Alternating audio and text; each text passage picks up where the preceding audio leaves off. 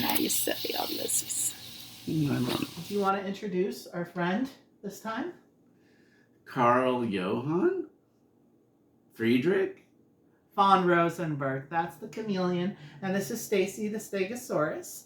And this is Get Gaming. I'm Andy. And I'm Rich. And this is a channel all about board gaming and... Caterpillars. Oh, not dinosaurs? I just introduced the dinosaurs. Sure, them too. Okay, them too. Today is another monthly stats video because everyone loves stats. This is our stats for the month of February, which is actually in recent memory. I don't know if you can tell by the calendar over here, but it's still early in March. Let's do our roundup. So again, these are kind of split up. There's the stats for what me and Rich play because we are primary partners playing a lot together. We did have a couple of game nights this month, and I'll maybe mention that as a stat. A lot of the stats are me playing on BGA with a lot of people from the BG Hub Discord and Foster the Meeples Discord. Hi, everybody, who have been helping introduce me to even more new games. And by proxy, I have been introducing you to lots of new games. Mm-hmm. So the amount of plays we had, the two of us in February, was 42. A little bit down from January. It's a shorter month, too. Yeah, well, only 28 days, right? We were still averaging about, I guess it's like 1.7 games a day. Of those games, of those plays, 25, let me rephrase that. Of those 42 plays, we played 25 different games. That still sounds weird. In the month of February, we played 25 unique games. That sounds better. That's how I have it on the Excel sheet, so I should just go by that, huh? Yeah. And of those 25 different games we played, 6 were new to us. This is truly, they were all new. And they were kind of hard. I mean, of those 6 games, they were big ones to learn, as I recall. Some of them were. So for me, I played 52 plays on BGA, which was kind of surprising how close that was to the amount of in real life plays. So I was pretty split down the middle. And of those 52 games, I should say, in the month of February, I played 33 unique games on BGA. And of those 33, 3 were new to me. So I didn't try as many new games in February because I was still kind of learning the games I had started to play in January, like A Feast for Odin and Castles of Burgundy, which I played multiple times in January after having learned it at the end. All right, February. I just said January, huh? This is what happens when you're doing retrospective. When you're old. Maybe not as old as you, baby. Not My prehistoric creature. My solo stuff, I played 8 unique games in February, and 2 of those were new to me. They were all games that we had actually played together, that I played solo, I think. Altogether, the total plays between playing with you and playing on BGA for me was 109 and 49 different games. It's still down from January, but we're still keeping a similar pace when you consider we had 3 less days. And there's other stuff going on. You know, it's been busy. February was, well, I had been out of work all of January and most of February, but getting back into work because there was drama. I started February off in a very low mood, and I think by the end, we started picking up more plays because I was in a better mood. Let's go over our most played games. If you watched our January wrap-up, which we filmed right before this, so for us, it's more recent in time. But in the month of February, we played Happy City 4 times. We played Blockus 4 times, which is one of the new to us games because we just found it at a Goodwill. Yeah. And Jeff had been talking about that game on his channel. And I was like, oh, well, let's get this. This seems like it might be fun. It's interesting because every one of the 4 times we played it differently because we were messing up the rules at first. Right. Then the other ways we were playing it were kind of fun, too. Yeah, so if you've never heard of Blockus, it's this older game. It's from like 2000, I think. Yeah. And it's a popular family game. It's basically polynomial tiles. It's one of the first polynomial tile games, I think, actually. Yeah. And there's 4 different colors, and you each play as a different color, and you start in different corners, and you're basically trying to I forget exactly how it works. There's rules about how you can place them, and Don't you get points? The strategy is to try to like cordon off your opponent so that they can't. Yeah, because the way it works, I just remembered, is you get negative points based on how many tiles you were unable to place by the end. So if you placed all your tiles, basically you won. And everyone else, if they still have tiles, they get those negative points. I thought it was a really interesting game. It really is a strategic game, in particular, just area control. It is very area control and blocking other people. That's why it's called Blockus. Yeah. This is a good game. I mean, you know, and it looks really nice. The tiles are colors, but they're clear, and then you put them on a white board, and then that really makes the colors pop. I do really like the table presence of this game for how simple and kind of cheap it is, because it's all plastic, you know. But it's the translucent, like you're saying, the translucent tiles on that white board, or like it has this really cool kind of futuristic aesthetic to it a little bit. Exactly. And it was really interesting. I looked up variant rules on BGG, like inspired by Reiner Knizia. So we played like the Reiner Knizia hack for Blockus, and I thought that was really interesting because each of you basically plays with 2 colors. So you're controlling 2 colors on the board. That was really interesting too, because very strategic. Yeah. Which that was directly inspired by a game called Tigris and Euphrates, which I played for the first time in February, which is now on BGA, by the way. A very out of print game that is very lovely that you should check out. That was Blockus. Point being that you might be able to find it at a thrift store near you, and it's worth. Blockus, not Tigris and Euphrates. Oh my god, it's so hard to find. It's like one of those grail games for a lot of people. And it is still on alpha on BGA, so unless someone has invited you to play it or you're already alpha, you still can't play it. Next up for the month of February on our list, at number 3 of our most played games, Krator, which we played 3 times. Krator is kind of a bone-dry 2-hour-long Euro game, so the fact that we played it that many times in February is kind of amazing. Because the 3rd time we played it was with 3 people, and it was, we had to stop halfway through the game, and it had already been like 3 hours. In our mutual defense, we were all kind of toasted. And we were teaching someone the game who was also toasted. Oh, in this video at least, I'm not drinking alcohol, so maybe it makes me seem like less of an alcoholic. Quiet you. Krator is a game where you're basically building the city of Rome, and it's a tile placement game, and you know, you're trying to get Emperor Hadrian's favor by helping him build his wall or whatever. It's worker management. Which, when you first played this game, you really loved it. You were like, for a while, this is my favorite game of all time. It's still a really good game, but you know how it is when you're playing games a lot, and then you might be like the 6th or 7th time you played the game, and then you finally realize that there's like a limitation to it, like there's some little thing that you might consider a flaw, and that's just what happened with Krator. That game has more than a few flaws, and you know, people are very divided online. I've seen a lot of different kind of takes on this particular game, which I still think is very underrated. Yeah. And it's one of the only real bone dry Euros that I own. Most of the Euros I tend to play online.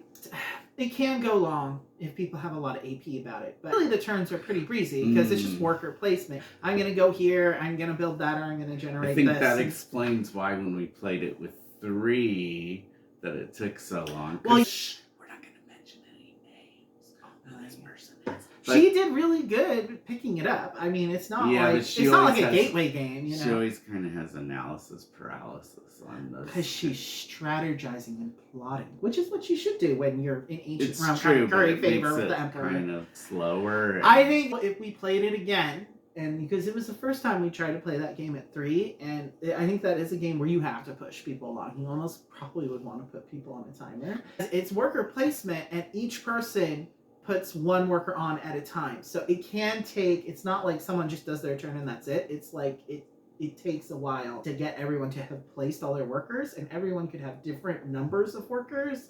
And you can play it up to 5. So I don't even know how long it would be at 5. Then you would have to get the timer out. TikTok. I'll just say this. I think Krator is a good two-person game because... I disagree, but Oh, really?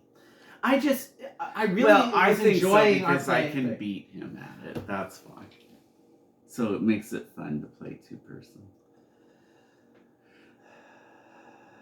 For me.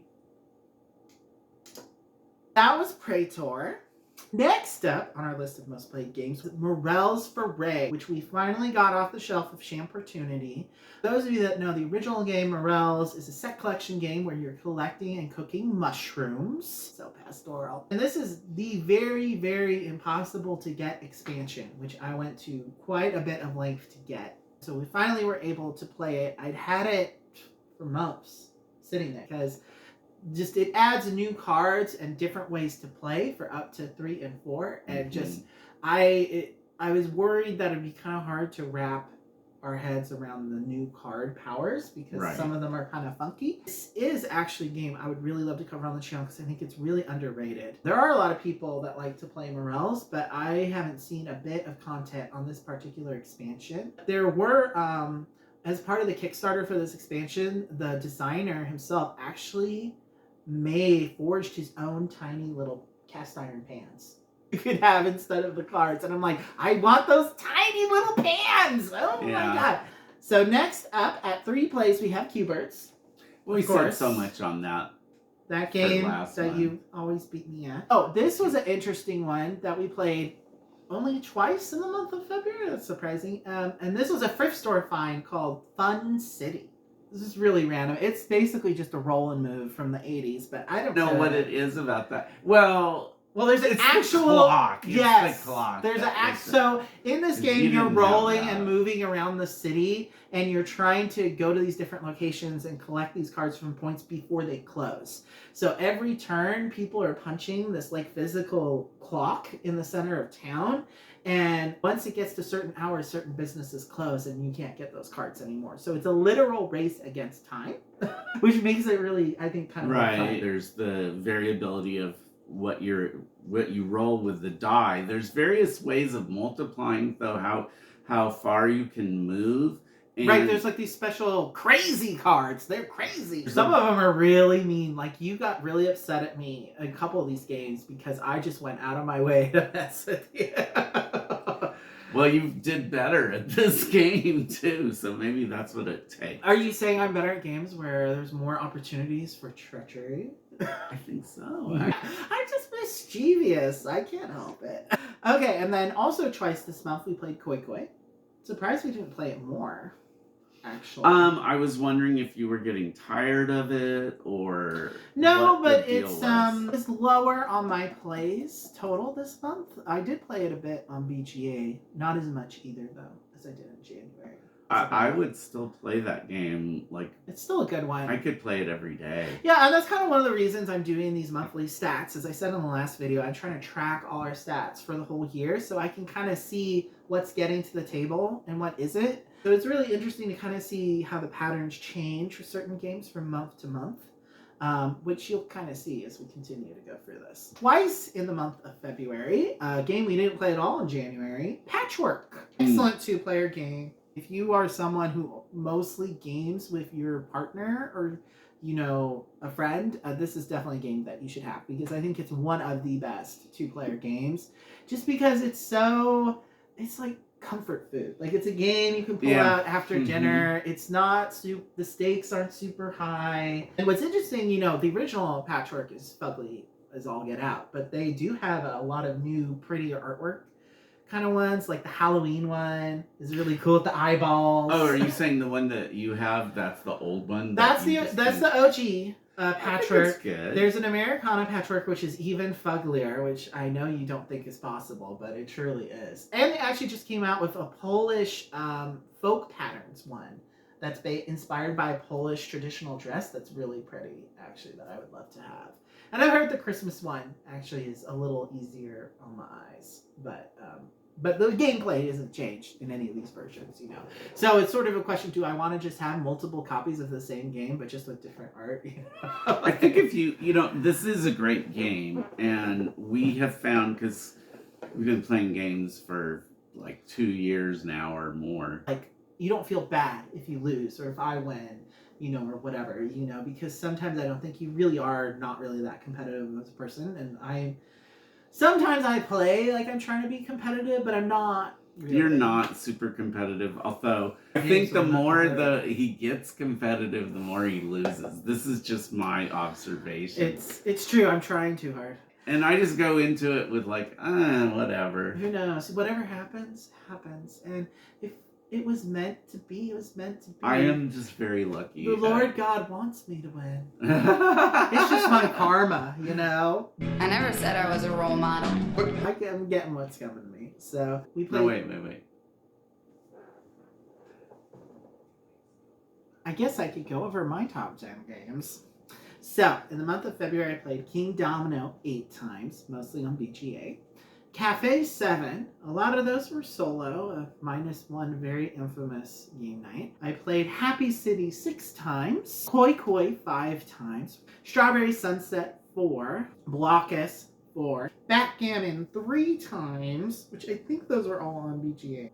We used to play Backgammon together a lot more, but not as much. Really. Welcome to, which is a great little flip and right. I've been playing that a lot on BGA. Tasty Humans, mostly solo, though I think we did have one shared game. Krator 3 times, obviously that was all with Rich, and that one infamous half game with at Jamila's place. And then Morel's Foray was 3 times, that was all with Rich. There he is! There she goes, Miss American Dream. Miss American Dream, June 2021. It was me! Okay, so I already went over my top 10 games, just me. So I guess we could finish our top 10. Okay, Okay, next one. 2 plays in the month of February. Say Anything, our favorite party game. And the only party game I'm willing to play. This is true.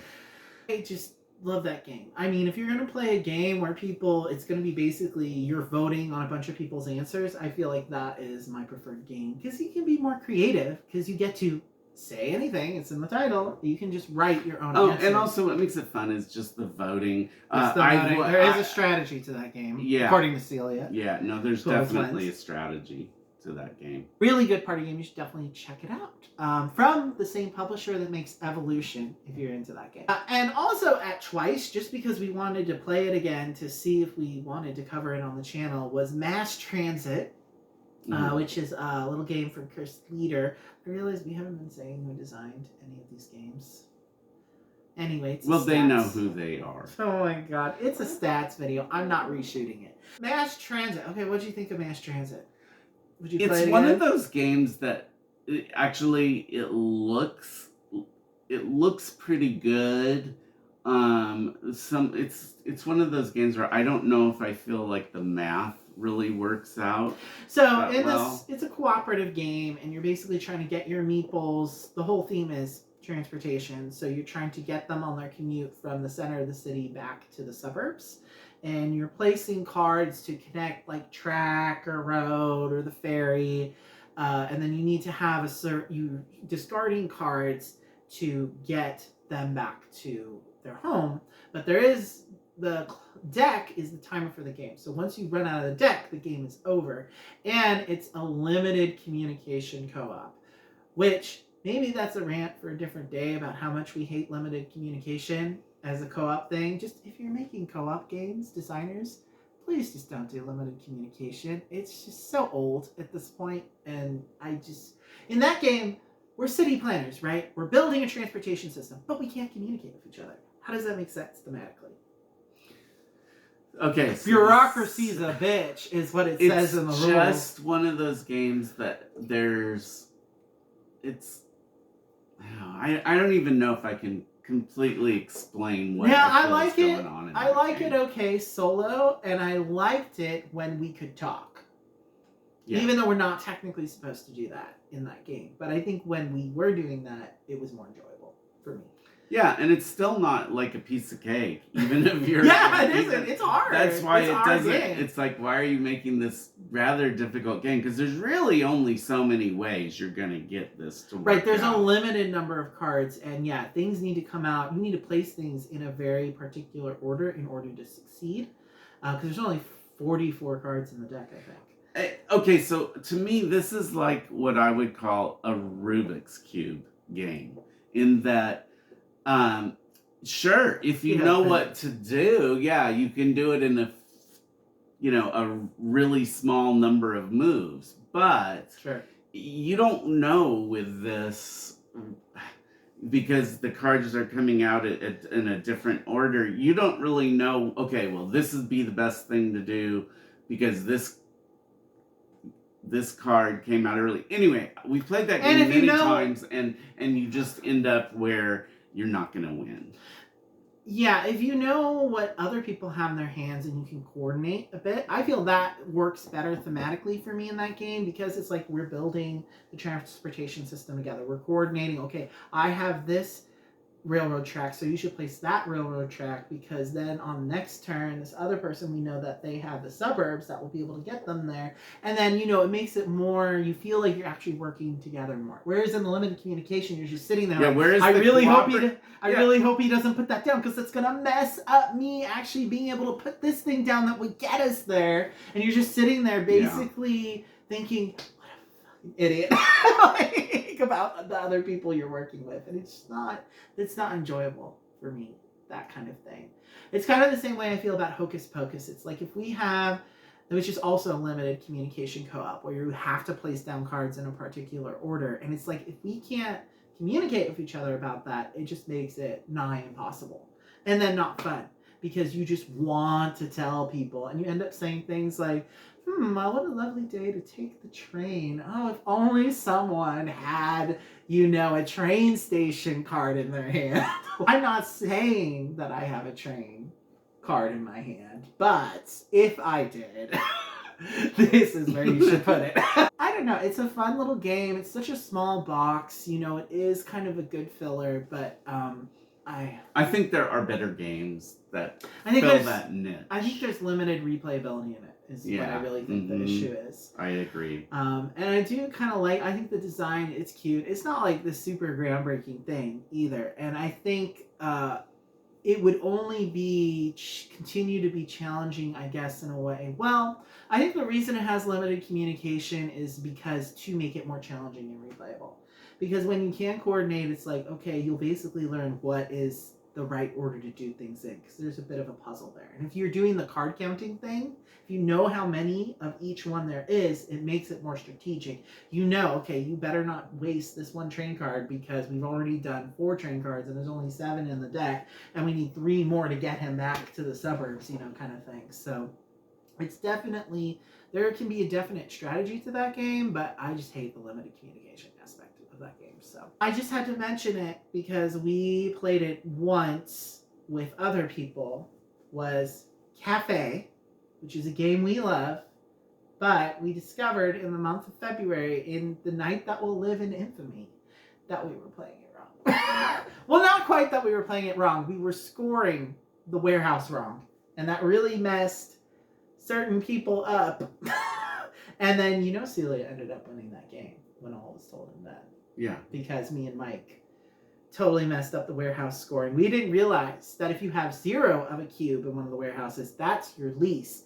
And when you do the scoring in that game, you get points based on what you have the least and second least of in your warehouse. So you won't get any points for this. Right, and we spent the whole game, me and Mike spent the whole game trying to stack up a certain number of cubes in 2 of our warehouses, and left the other 2 empty to try to manipulate it, like, haha, we're so smart. I'm going to have like 7 and 9, my 2 least. Not realizing that we were going to be scoring 0 for those other 2 empty warehouses. And so I only got like 2 cafe orders done the whole game. So I basically was like, we just both automatically lost. We didn't find out till the last round, because Celia's there reading the rule book. Well, there's a thought. And so then I got so pissed off. Okay, guys. So I went on BGG on the forum and be like, okay, well, how does this really work? Because it was just very ambiguous in the rule book, which is kind of why we had thought we were doing it right with all the plays that we did. We played this game at least more than a dozen times before this happened. And I found out in the French version of the rule book, it has a little bubble that explains explicitly about this stuff, which was missing in my Dutch version of the rule book, because I have the Dutch version because it's not available in the States. So I was very upset about English, that. it was Whoever Dutch and English. edited that rule book could have made that part a little bit clearer. Because the whole thing, we were all like, what's this 5 on the little placard about, where it says 5 and the whole thing with the cubes, and the math wasn't working out, and you know. It did mention early in the rule book that the 0 is the least, though. I just was not reading carefully enough on that one. Yeah, I admit. So, but it's a great game. The reason that we all kind of sat sat there and we were all like, me and Mike were both like about to flip the table. We were so pissed off. It like really was like a bad. If we had ended the night there, it would have been a really shitty way to end the night. So that's when we played Say Anything. To kind of put ourselves in a better mood at the end of the night. So Mike, thank God. This friend of ours, Mike, he figured out a system of how to make it, which honestly we had not really been paying close enough attention to some of the little minor details.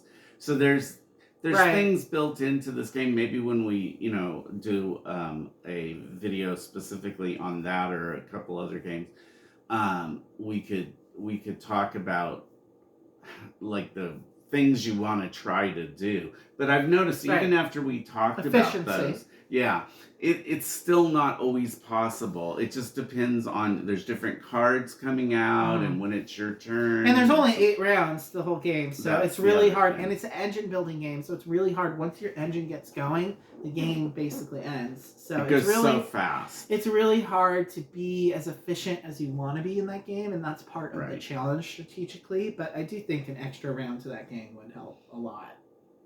Sometimes. Or two. Noteworthy plays. So these aren't like our most played games, but these are some games that really stood out to us this month. And the big one, I think, is Stardew Valley. Finally came in mid-February. This is a game that's kind of been a grail game for me for almost a year, I think. And that second printing, pre-order went live. I'm like, baby, you got to order it right now. Right now. Here's the time. Okay, it's going live at noon. I did. I actually did do it. Yeah. When he said to do it. And so we got in on that baby. And wow, I've heard it's sold out already. Oh, maybe. I don't know. Wow. Probably. So Stardew Valley is a very popular video game, which, at one point threatened our relationship.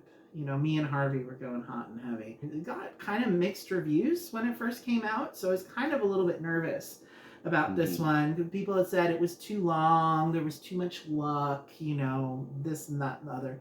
And I was just surprised how much we've fallen in love with this game, even though we haven't played it that many times. No, I've only played it once. I played it solo. It was really fun. It reminded me a lot of winning Hogwarts Battle, in that it's you know how you have to defeat the Horcruxes and everything, and it's like there's these additional elements, but it is doable. I mean, I don't mind. Yeah, so people have complained that this game is too hard to beat, and the thing I did when we did the play is the standard version says 4 cards per season for a standard game, and I did 5.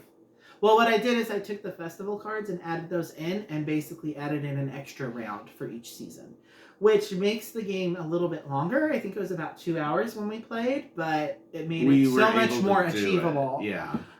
So I really, and some people have said even doing the standard way with like a certain amount of people, it can take 3 or 4 hours, which I think is people are having a lot of crazy AP. Is what I really think is happening in this game. And if you're a big Stardew Valley fan, I think the game is very intuitive what your strategy should be. So I basically was just able to quarterback you the whole time and tell you, no, this is what we need to do and this is the order we need to do it in, because there's like a certain you do A to get B so that you can get C to accomplish D kind of action to the game. And if you play Stardew Valley, you kind of already understand a lot of that. So I think they did a really amazing job actually porting over a lot of content from the video game into the board game. And I think even the board game itself, even if you don't know Stardew Valley, it could be a little overwhelming at first with all the different options that you have of actions to do on your turn and things to do and places to go. I mean, you had a lot of fun with it. And yeah, and I will say also, I think as far as games with rather complicated, mechanics, the instruction manual was very good. It was very well written. So this is apparently something that did change a little bit from the first printing to the second printing, because apparently the first printing didn't even have that second insert underneath there. Yeah. Which I can't imagine storing the components for this game without that other insert. So I can imagine why people were pissed off. And I know that they did add some rules tweaks, but I think especially the thing in this printing, at the end, they have a key for every single symbol that they use on all the cards, which is really nice. So you can just consult that on the back, and it basically tells you what all that stuff means on all the cards in one spot. So, and they had a little helpful page for strategy tips. Because you can tell that's a lot of things that a lot of people complain, like how do you beat this game? And we managed to do it the first time. Yeah. Even if we did add the extra round, so if we hadn't added that extra round, we might not have won. But I really wouldn't want to play it any other way, because I just feel 4 rounds per season is just not enough time to do all that stuff. Yeah, especially I agree. You wouldn't be able to forage nearly as much. I just like having a little more breathing room. As when I played it solo, I played it with the 4. I played it as written in the rules with 4 cards per round, and I was just barely able to do it. So, it's not impossible, but I think it's more enjoyable if you give yourself more breathing room, because, like in the original video game, it should feel very sandboxy. It's a sandboxy game at its core. That's what I feel it should be. And just trying to make it that narrow, I think they're trying to limit the playtime to be a game you could play in an hour and a half. But I'd rather play a 2-hour game that made me feel good at the end than an hour and a half game that made me feel like super punishing. Right. I agree. Yeah. So that's Stardew Valley. Another game we played for the first time this month was Iki, which I love. Iki. I knew I was going to love this game. I knew I had to have this game the first time I heard about it. And this is actually a slightly older game. I think it's from the originals from like 2015. It's a Japanese designer. And this is a reprint / reskin they've done with a French publisher. And it is just such a gorgeous game. It is so stinking gorgeous. I think it's the most gorgeous game that I own. It's so beautiful. And in this game, you're Japanese merchants in Meiji era Edo, and you're just going around doing well, you're not merchants. I guess you're shopkeepers. Everyone has like their stalls. There's like fishmongers and different characters from the time period. And it's all very, actually, super historically accurate. Like, you can tell whoever designed this really knows the history of this period in Japan. Interesting twist on worker placement. And it has a similar thing to Krator, where you can retire your workers, but instead of having to pay them a pension, they pay you when they're retired, which is nice. Yeah, I think that's what made that game fun to play. It is actually, it gives you options. I like games that you don't like. I mean, it's really frustrating when there's only like one way of doing something. Oh, and gosh, you got to it first, and I'm screwed now. So this game is not like that. Well, what's interesting is there are action spaces, but you're actually always creating new action spaces that other players can use. And even if I'm on an action space, another person can still go there and use the same action space. So you're not blocking each other. Yeah, so that's why I think this game really worked for me, because it didn't, it's like with games or like people. If they rub you the wrong way, you kind of go, eh. Well, you didn't like it at first because you felt it was kind of confusing, because the way that the rounds are kind of set up, there's 3 phases to each round, and then there's like those change depending if you're at the end of the season, or there's fires that happen, so you have to resolve things differently at different rounds, so that can be a little confusing. No, I remember what it was. It was just, I mean, it's not a super fiddly game, but I do think there were a lot of pieces, and I noticed Well, it's mostly you were cards. putting a lot of pieces out, and then neither one of us actually got them, and then it changed season, and But you have it's to put them all but away. it fixes so. the kind of issue that you could run into, like say a game in Meadow, if things aren't coming out, because you're constantly flushing things in that game. I agree. So it's Yeah. kind of, it is very much she who hesitates is lost, and opportunity is not a lengthy I would visitor. like to do it. Yeah, that would be a good game to do a head-to-head on. Iki and Meadow. Because it's really about collecting those cards and the different workers. At the end of the day, it is really a set collection game, but it's like a combination of set collection and worker placement. I agree. Which is it's very interesting and unique, and it's really climbed. It's a top 10. The other thing I will say is this kind of piggybacking off other things I've said, which is the game board is so well laid out, it doesn't really take up that much room. It's you're not having to move. You know what I mean? It uses space efficiently, but Yeah. it is a table hog because it's a huge board, and there are a lot of pieces. But if you organize it well, it's manageable for sure. Yeah, but you don't have to. Well, it's not area control. That's basically it. There's a little element of area control, but Kind still, of. You get points for having the most workers in a particular building. But there's only 4 buildings, and in that respect, that's like where it reminds me. And I mean, that's not a big deal breaker if you don't get those Nagoya points at the end of the season. So, there's lots of other ways to get points in the game. So, yes. But one of my favorite things about that game is that there's a final 13th round. So you go through 12 rounds because it's the months of the year and the 4 seasons. And then there's this 13th New Year round, which is like the New Year's festival, where you get to basically do as many things as you can do. Just go around, build some buildings, build a kabuki theater. Geisha's gone wild. Okay, maybe slightly less Orientalist joke, but yes. It's just basically a free-for-all where you just, whatever you left you can do, you can do. You're safe from fires, you can retire all your workers, basically, and get extra points for that. Like, it's kind of nice, because if you weren't able to get a certain amount of things done in the 12 months before that, now's your chance to do all that. And so basically you can start the 13th round being way behind someone else in points and end up winning the game just because you build a bunch of buildings at the end. That was the most fun part of the whole game. Which it can feel kind of crazy because you're like, the 13th round can take a long time, is the only thing I would say is a danger there, and could end up dragging the end of the game out for some people.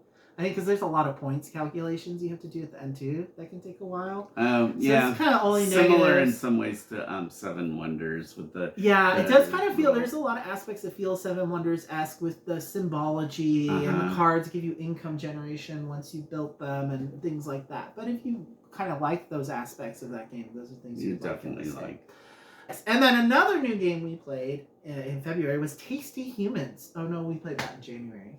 But I thought we had a couple of interesting Tasty Humans plays this month. I totally want to play that one again because I'm kind of. You know what? I just remembered. Going fuzzy on it. I only played Tasty Humans solo in February. Well, I know that I played it once. We did. I think maybe we did do it once. We did do it once, but and it's a really good thought solo I game. liked it, but in any case, I don't remember it. So when we play it again, what I've been doing solo is I'm going through all the different monster boards. And that really, in that game, it really changes the strategy depending which monster you play as. So that's a really interesting game we should cover at some point. Basically, you're monsters and you're eating humans. Because they deserve it. And because monsters are awesome and humans suck. The odds right. Eat my flesh! And this was a rediscovery this month. Karmaka, which was a game we hadn't played in almost like a whole year, I felt. No, June, because we played it with Clay.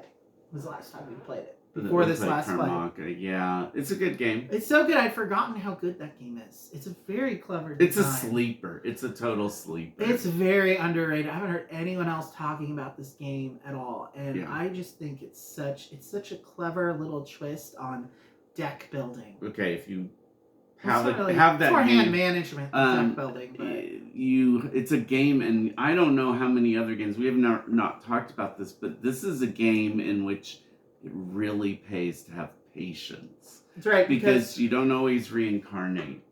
Right, to so a higher in level. the game is based on the karmic ladder. So you basically you're going for these rounds, and you basically die at the end of each round and are reincarnated, and you either get to move up the ladder or you stay where you are, depending on if you've collected the right numbered and colored cards. And if you don't, and as you're going through each round, you're putting cards into what's that deck? Your next life. Yeah, next life. Yeah, so those are cards Future you will be life. able to use next round. So you're setting those aside for the future. So there's this interesting kind of synergy with, okay, these are cards that are going to be useful to me in my next life to make things happen. And so there's just this really interesting hand management aspect happening in it. And it's basically a race to who can achieve enlightenment first. Celia. Because every time we played it, Celia's won.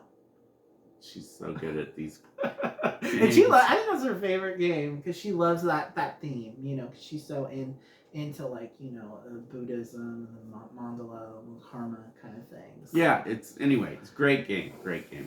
So that was the month of February. We did spend a little more time talking about some of these games that are really exciting and that were new to us. What were some of your new games in February that you really loved? Get in the comments. We're always eager to know what people are playing. Are there any games here that maybe you hadn't heard of? Or are there any of these games that are in your top 10? Till next time, this has been Get Gaming. I'm Andy and this is Rich. And for now, we bid you adieu and say go play some games, get gaming, and... Win? I don't know.